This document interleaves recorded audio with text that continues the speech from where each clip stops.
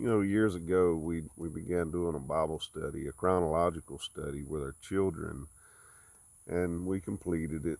Um, Read the Bible all the way through to them, told them the whole story of God's plan of redemption for mankind, and we completed it, I believe, 2 or 3 years ago. But since then, we've been reading different things. We'll let the kids pick and choose what they remember, what they want to read about, and James, he wanted to read about Job again, so we did, and we finished, I think, a couple of weeks ago. Job, he's always been interesting to me, and I believe many of us can relate to him, the story, because uh, in life we're either getting ready to go through something, we're either going through it, or we're coming out of it. That's life. It's not always easy. It's difficult, but we're not without hope. You see, Job's friends,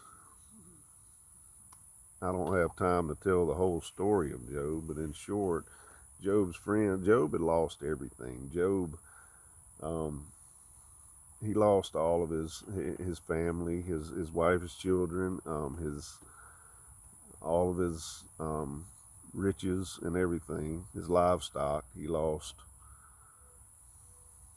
everything. He lost his health. He got real sick, and his friends sat with him and began speaking, which something they probably shouldn't have done in the first place. They probably just should have continued sitting with him. But they began making judgmental calls and giving advice, which they were probably well meaning. And in the end, it says that God wasn't pleased with them at all because they didn't speak what was right about God. Um, but he gave grace and he allowed Job to pray for them, and they became. Uh, Job, he got all of his stuff back. Got his family, got another family, had more children.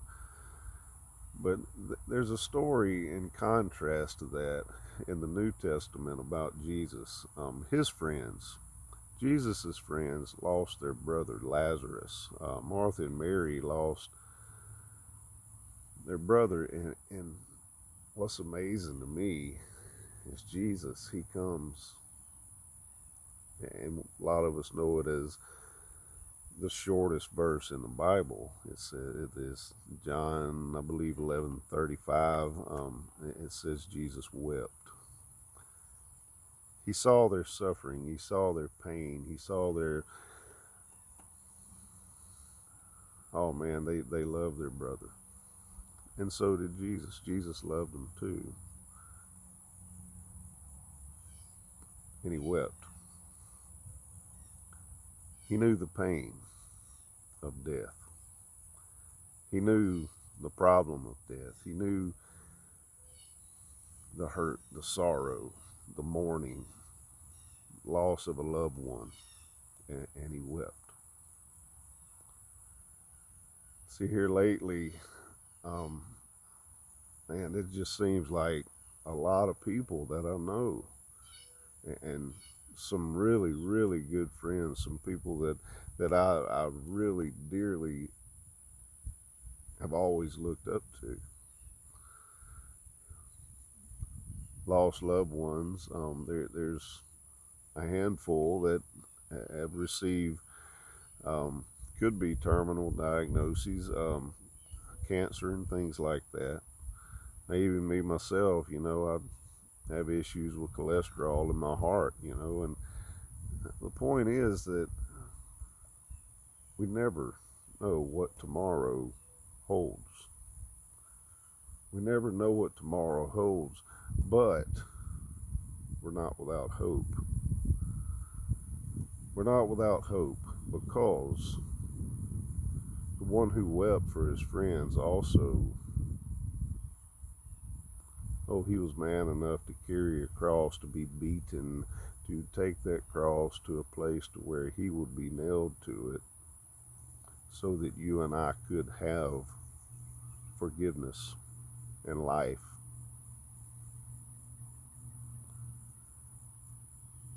Do you know that hope? Do you know that hope?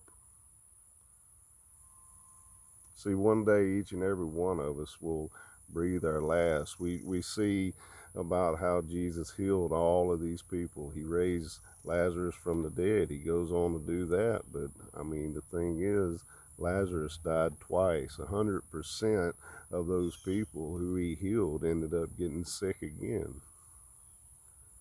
People will tell you you have to muster up enough faith to be healed and all of these things. You have to pray harder and all of that. Somebody taught me a few years back a Greek word for that is baloney. And it is. See, God gives us a measure of faith. God gives us a measure of things to be faithful with. The whole point is always salvation. The whole point is always to pull you and I out of the pits of hell, out of the clutches of death itself. We're not without hope, because God so loved the world that he gave his only son, that whoever believes, trusts, has faith in him, will not perish but have everlasting life. He didn't come to condemn the world.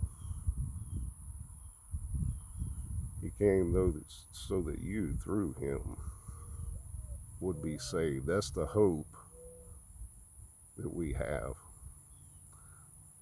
That's the hope that our loved ones have, if you indeed have that hope.